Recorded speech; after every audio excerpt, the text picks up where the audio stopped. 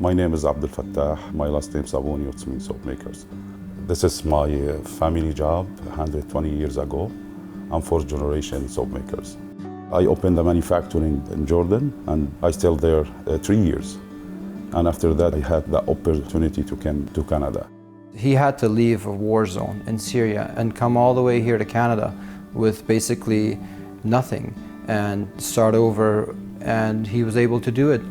I came here without English and I went to school, and after that I started in my garage at home to make soap, and the people try it and love it. That's given me to continue to open this business. This facility here is one of a kind because the recipes are one of a kind. It's been passed down from generation to generation to generation. It's natural from olive oil and laurel berry oil, and this soap stay 6 months cure.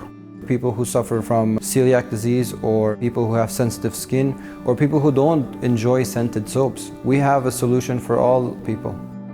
Working with Co-op is a big privilege and honor, especially because Co-op is a Calgary-based organization. I'm very proud to be with Co-op because the Co-op, the leader is in helping local place. We believe the secret of the success is the story, the passion of Abdel Fattah, and the journey that it took from the start of this to the future.